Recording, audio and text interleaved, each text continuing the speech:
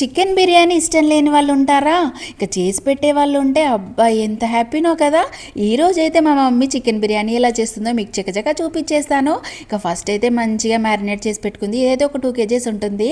ఇక ఉప్పు, కారం, అల్లం వెల్లుల్లి పేస్ట్, పచ్చిమిర్చి, ఆనియన్స్ అన్నీ వేసి ఒక 2 hours అయితే మ్యారినేట్ చేసి పెట్టుకోండి. ఇంకా అలాగే ఆ లోపు అన్నాన్ని అయితే ఇలా మంచిగా ఒక 70% అయితే ఉడికించుకోండి. ఇలా ఉడికిన అన్నాన్ని అయితే మనం మ్యారినేట్ చేసి పెట్టుకున్న చికెన్ పైన అయితే వేసుకోవాలి. ఇలా మంచిగా ప్రాపర్గా వేసుకొని పైనుంచి అయితే పుదీనా, కొత్తిమీర, అలాగే ఫ్రైడ్ ఆనియన్స్ కూడా మంచిగా వేసుకొని మీకు అన్నం గట్టిగా ఉందనిపిస్తే కొంచెం ఒక గ్లాస్ హాట్ వాటర్ వేసుకోండి.